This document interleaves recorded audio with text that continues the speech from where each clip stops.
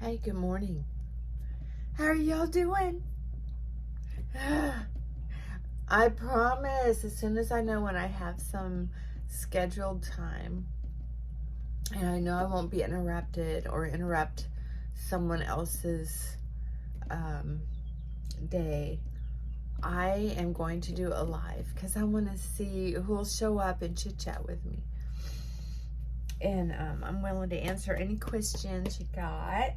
Well, about any. So I went to start putting on makeup, and Frankie just laid across my lap, and he's just not getting up. He is alive. You know how he likes to play dead sometimes. Honey, what's going on? He's never done this before. He's just been so affectionate lately. So affectionate. Come on, come here. Say hi. Come on. Frankie! Frankie! Come on, let's go. Let's go. Yeah, let's go. Come on. I got a little tail wag. Come on, let's jump. Jump. Oh my God. Okay, I'm gonna go get a cup of coffee. I'll be right back. It's the only way he's gonna get up. Oh, I need to get up.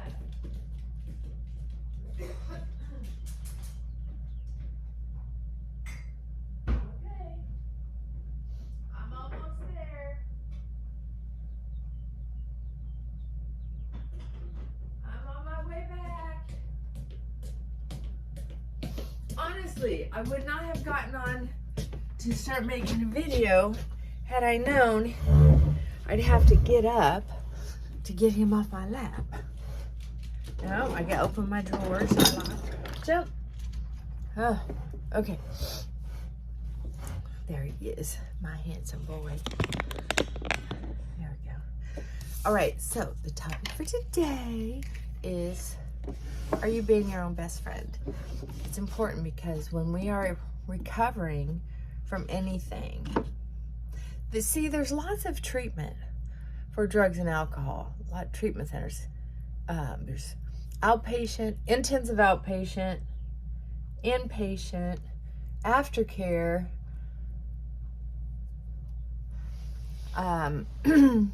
halfway houses, sober halfway houses. See, lots of stuff. Oops, you're wiggling. Lots of stuff. But when you're in recovery from codependency, over control, anger issues, rageaholics, sexaholics,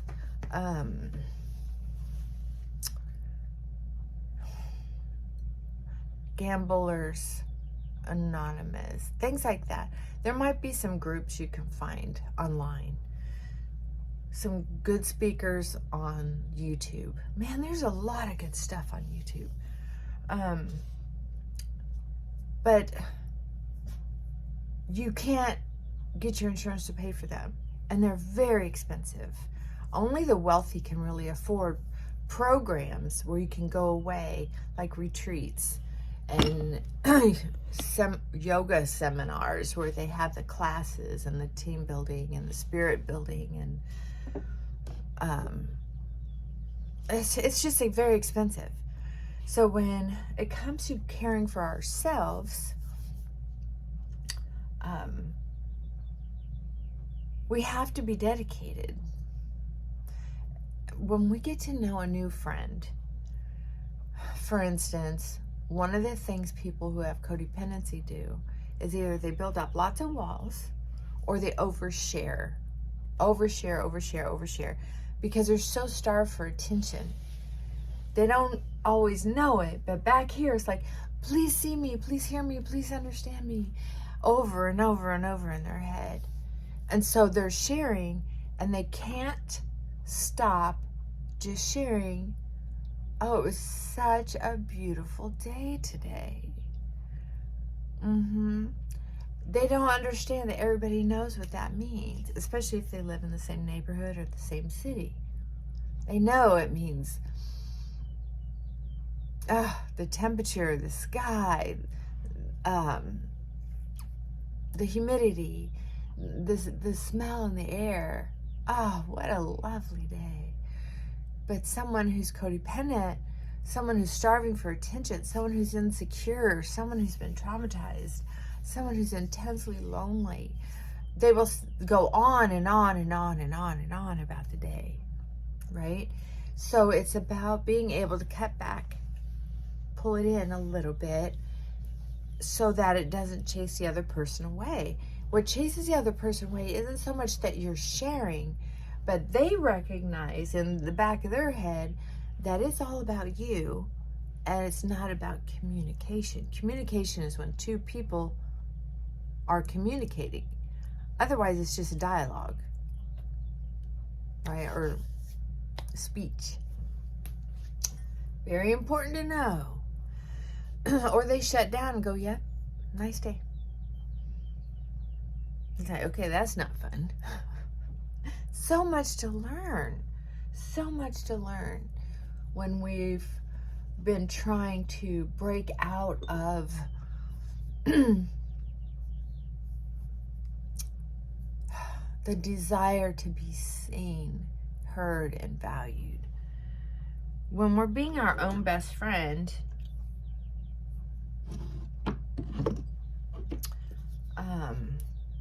I have such a crazy day today. It is full, but because of the weather, because of school, spring break, because of all kinds of things, my clients are vying all over the place. And one of the things that I have been doing is I've been putting a lot of thought into my foundations. I have a couple that I'm choosing from. And I've been saving this for good, for days off, when people see me up close. I've been using my old Rimmel tube makeup that I put in a jar to make it easier for my hands.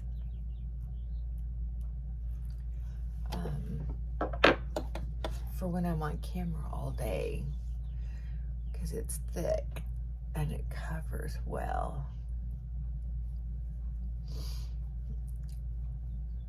Yup. Okay. So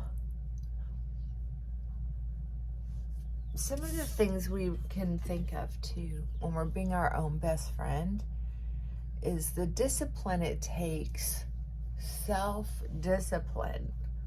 Ugh. With our integrity. You know, we love people who have integrity and honor. Don't you ever lie to me. Oh, God. And yet, down deep inside, we don't want to be caught for manipulating. And if we are, we blame them. Right? See, I'm not pointing a finger at anybody. I'm just saying, if you're doing any of this, you're not alone. That's what's important about being our own best friend. Because codependency, I don't like that term. I think it's overused. And I think depending on each other, I don't know. I just think they invented the wrong word for that. Who was that? Who did that? Oh, what's her name? Melody Beatty. I think she coined that and it caught on. But she wrote a really good book called Codependency No More. If you want to know a little bit more about codependency, just go to her first book. Don't go to the other ones. It's called Codependence No More. The book is brilliant. Well done. If you're codependent, you should relate to it. Anyway, for codependent people, it's about survival. It's almost like if you read online, go to the internet and Google, don't misinterpret what I'm saying. But if borderline personality disorder, the treatment for that is exhaustive, very exhausting. Codependency is treatable, but it can also be exhausting. They're not the same thing. Codependency is, the treatment for codependency is,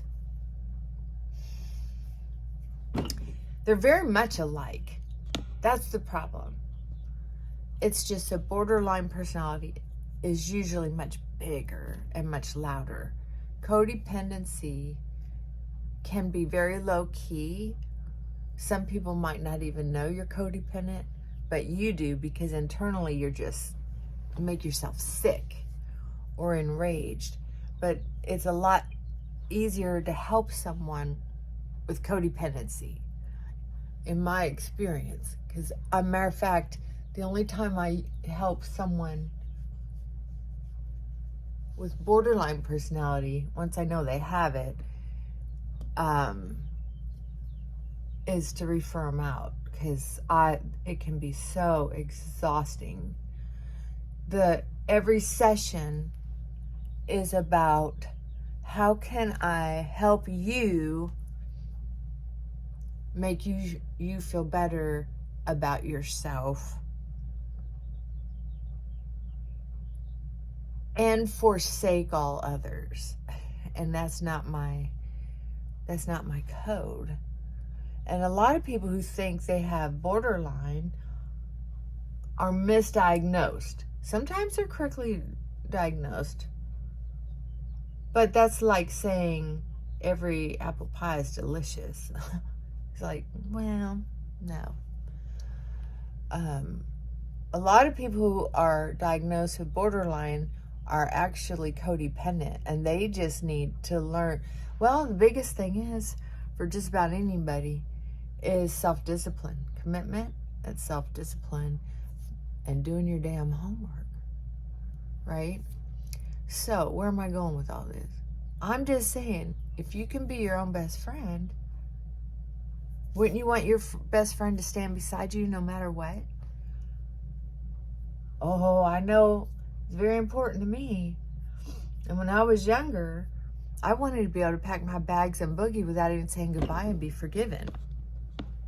But if my best friend did that, it yanked my soul out of my body.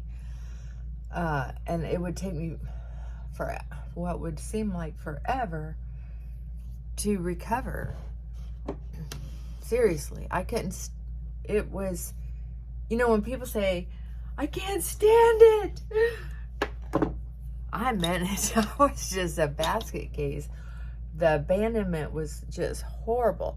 And even if I didn't show it, I was feeling it. I have such deep pores that if I move this makeup around enough, it really does help fill them in. It's that Rimmel Stay. It's like a light putty. I love it. It's very good. And inexpensive. Dang. I think last time I bought it, I got do not do it. I got 2 tubes for $5. There's a good, I mean it. I have to get his little remote.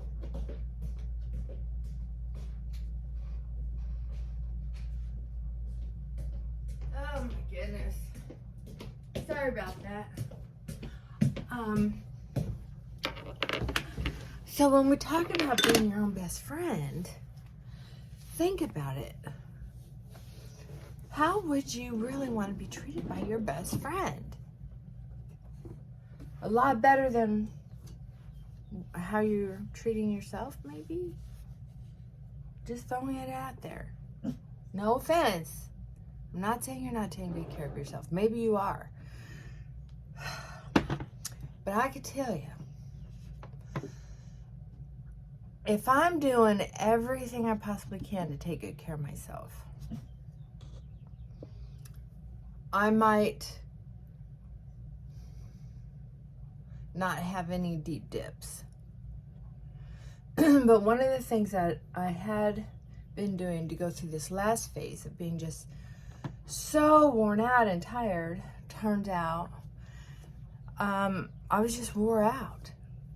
I didn't catch that I was overworking or over worrying about what was going on in my life, my career, my age, you know, just growing older. Every few years, I'm not happy with my hair. I'm not happy with the clothes I'm wearing. I'm not happy with my makeup. Because I'm just thinking, am I aging gracefully? Am I prepared to die? Holy crap. There's Frankie. That's a big question. You know, if you passed away, and it's hard to think about it, who's going to take care of your dogs? Got a plan? Who's going to get your jewelry? Got a plan? Where are they going to take your makeup and your clothes? Do you have a plan for that? Do you have certain items, books, in your recipe books, in your house that you would like to gift to someone? Is that taken care of? Is it written out?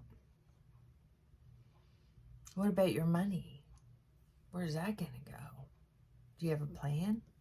Is it going to be easy to find for the person who's burying you or cremating you? Excuse me. Nobody wants to talk about dying, but I think one of the things that how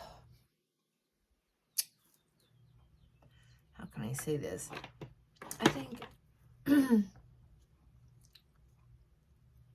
I think we get so in denial about the fact that we're going to die someday that we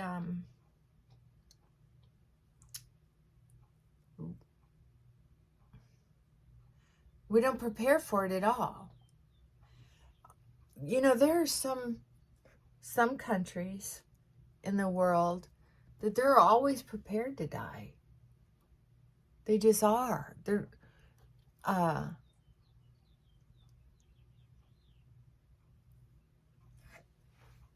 here, not so much. And I guess I grew up in what I would consider a very wealthy country where people can afford to fight death. Fight. And that's cool.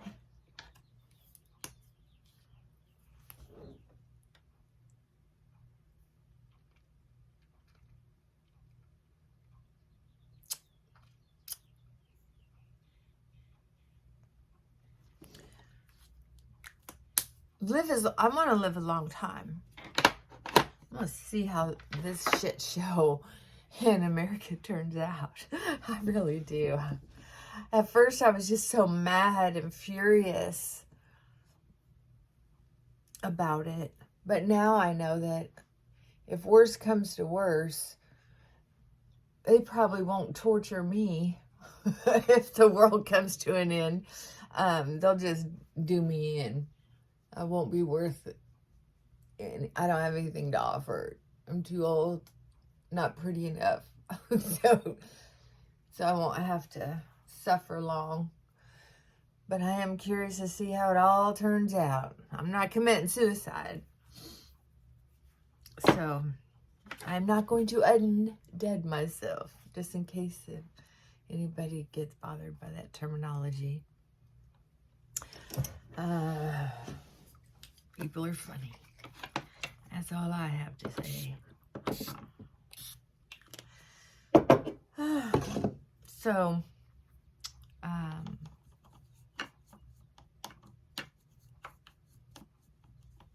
yeah, the truth is, I hate to break it to anybody, but it's true.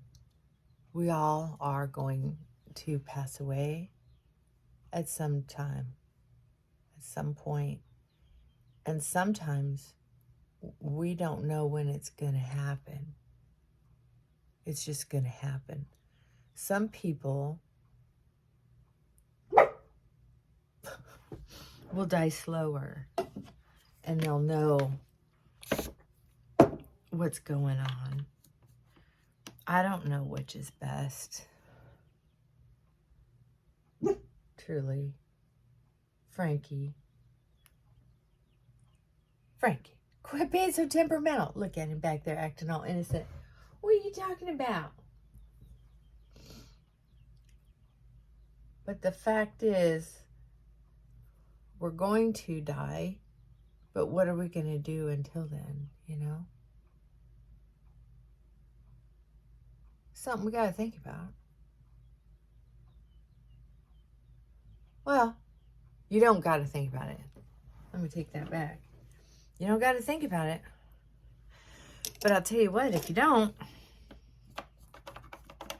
you're wasting a good opportunity to help yourself get your life actually in order. I had a whoopsie. La-di-da. I had a yoga instructor who was so much more than a yoga instructor. Oh, I just love her. We were still on Facebook friends, but I couldn't post anything without really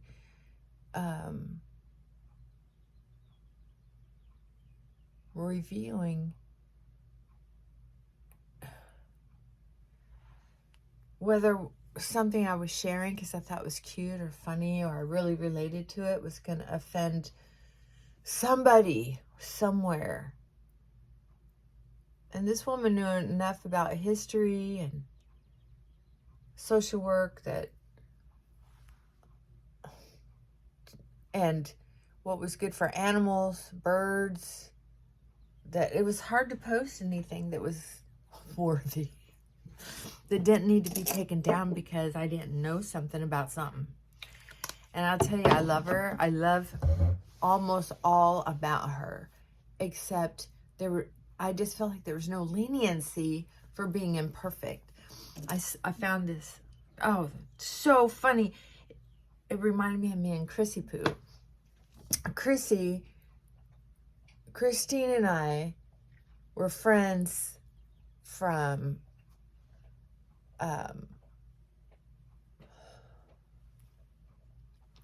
junior high, grade school, somewhere in there.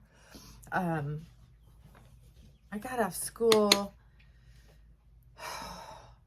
I don't remember exactly what happened, but as I remember it, I don't remember seeing her in school before, because you know how y'all have your class pods and cubby holes where you put your stuff in the hallway in grade school. And anyway, she was outside when I was outside, supposedly waiting for my mom. It wasn't the first time she didn't come pick me up, but for some reason I wasn't supposed to catch the bus. I don't remember why, but she told me to just wait for her after school. I mean, that rarely happened. So I know. Anyway, she's waiting for her mom, I think. And we didn't have cell phones or anything back then. And she stayed with me to wait for my mom instead of walking home. That's it. She wasn't waiting for mom. I think that was it. And she just sort of, we made friends that day. And I would say, because of the way I grew up and probably the way she grew up, being just a wee bit codependent already at that young age, we made quick friends, but we made forever friends. She's a lot more street smart than I am, in my opinion. She's able to put things together in her head and analyze things and get things. She's good. She's if you want a street smart friend, that's her. I've been lucky to have her. And if I'm feeling down or overwhelmed, she knows how to take care of business. And she's a ride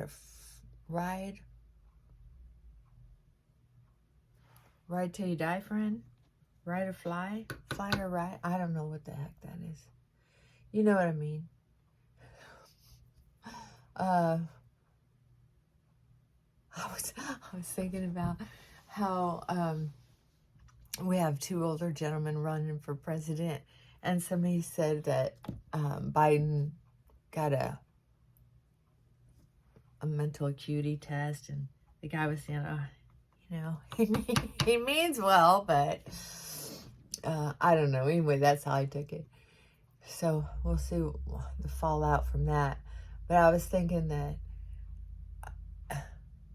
we all have a little memory lapse here and there. I mean, I'm surely not going to stop any shows with my mental acuity. I mean, I know that. The way but some of mine is dyslexia. Like, sometimes I can't even remember my own neighbor's name. But I have always been bad with names. So that, kind of means that my memory has always been bad. It seems like I've always put myself under so much stress that I have short-term memory loss all the time, and that's stress-induced.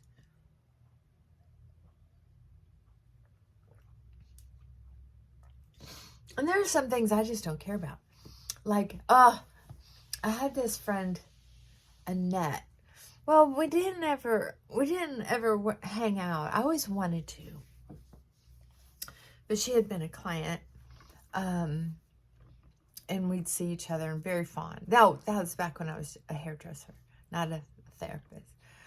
So anyway, I'm going to use an eyeliner pen that I've never used before. LA Colors is so inexpensive. If it's even in your wheelhouse at all, you can experiment and not feel like you're throwing away, 30, 40 bucks at a time. That's why I like it. Yep. Ta-da! I've never used anything like this before. Precision tip. Eye marker. LA Colors. Fine and bold lines. Black. All right, no, it doesn't rattle. It just comes right on off. All right. Does the lid go on the bottom? Nope. Okay, let's see what happens. Huh? Okay. It's actually working like a magic marker. How about that?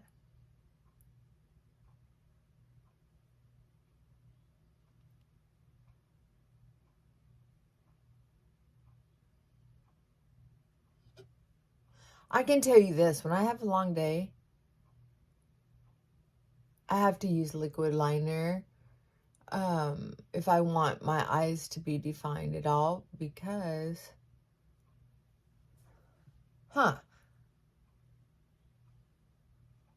my powder liner is good for like going shopping or for a very short day. Look at that.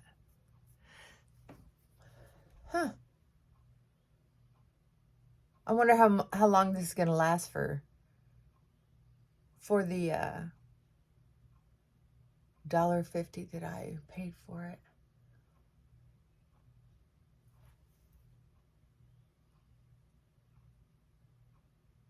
This is actually working like a magic marker.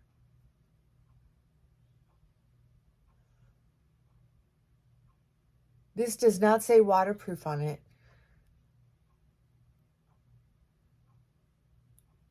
I used to always use waterproof.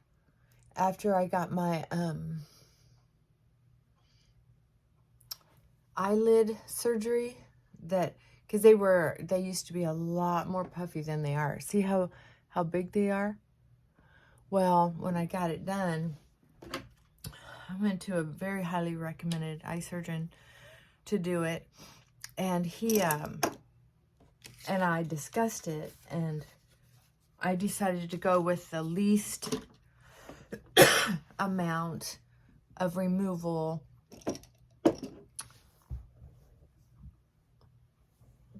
or most amount of removal and have it still look like I just got a good night's sleep, or, oh, you look a little different. And if somebody really, really, really knew me and really checked out my face all the time, they'd be able to tell I had an eye lift. But it wasn't something that a stranger was just going to pick up on that didn't know me well, unless they knew eye surgery. Okay, I just need a little bit more in there. Because I don't want to have to, I don't touch up my makeup. Okay, back to being your own best friend.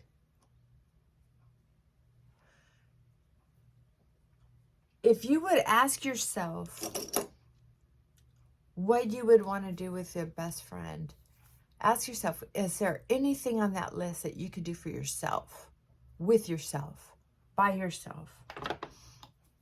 Because if there is, one of the things I like to do is go shopping with a friend. But not many people like to go shopping the way I do. Because when I finally get out of the house or out of my yard and go shopping, I want to touch stuff. I want to touch it. I want to hold it up. I want to hold it up to me. I want to experience stuff. If it's a purse, I want to smell it. If it's shoes, I want to walk around on the floor and the carpet and wear them a couple minutes to see how my feet like them. And not everybody wants to shop like that. I get made fun of it by some people, and some people won't do it again. Because they're just like, oh my God, you just got to touch everything. You can't make it through a store without her touching something. Fabric. I've always had a thing for fabric. I used to just collect fabric. That's honest truth. When I had a large home, I used to collect fabric, and I would wrap gifts in fabric. That's a true story. Fabric and ribbons. I loved doing that. I did. But I had a wrapping closet, I should say. Large, very cool closet. And it was a special room where, you know, you had special projects. So I had my massage table, little hobbies, and some clothes in the closets too, and inside that room. So it was a closet room. You know, if you have a big enough house, it's so funny. Instead of putting clothes in all the little closets all over the house, just take one room and make it your dressing room, closet. Take another room and make it into your game room or office. I mean, as we grow older, some of us have extra rooms. I don't anymore. Now I live in a little ranch home. It's funny too, because when I was younger, I always said, I could live in a very small home. I don't need all that extra room. And now I'm living in one. I just want a yard where I can have a garden and some flowers. And I have that now. I love it. I love my yard. So I have someone coming today to help me with some yard work. So I'm hoping I'm not going to be disturbed.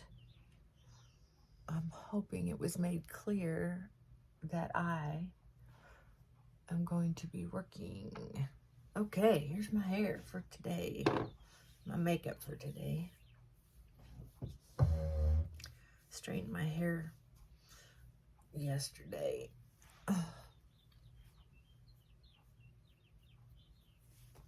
Not bad. I think I'll leave it alone.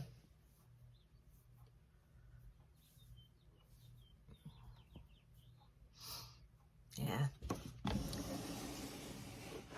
So I was messing with bangs. I don't know if I told you I cut some bangs. But if I don't cut them at a certain time of the year when the moon is aligned with Venus and my non-existent period being postmenopause, they don't turn out quite right, and they're cut against the curl, so it's real hard to bring them down because they like to separate and get this weird little curve in them. And then if they get in my nighttime moisturizer, because this isn't fresh hair, they look a little wiry or oily. But the thing is, I don't think they look good on camera because there's always this section that just isn't helping me.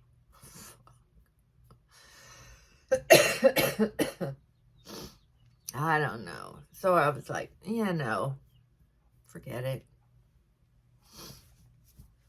It's not that big of a deal.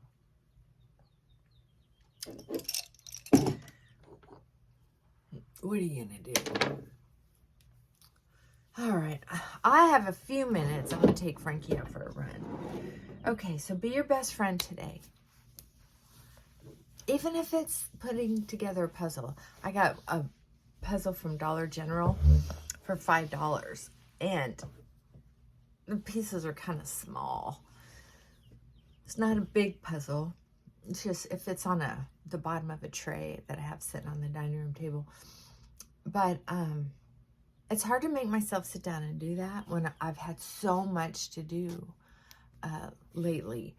But I think I'm going to putz with it sometime this weekend, because I don't think I'm going to do laundry this weekend. I really got caught up.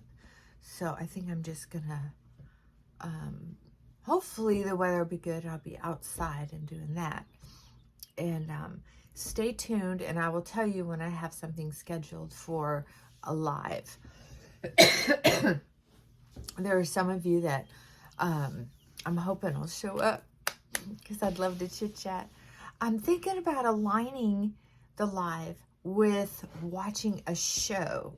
So if nobody shows up, I'm just talking to myself, talking to the camera about the show and entertaining myself. Or maybe making cookies or something. I don't know. Anyway, love y'all. Frankie! Frankie, come here. Come on. He'll get so stubborn. Come on. Come here. All right. I know he'll come if I'm going to work. But I'm going to give him a treat. Just because. He loves these trees. Look at him act like that. Come on. Come on, Bubba. There you go. See what he does with that. That's what I thought. Okay. Love y'all. Bye for now.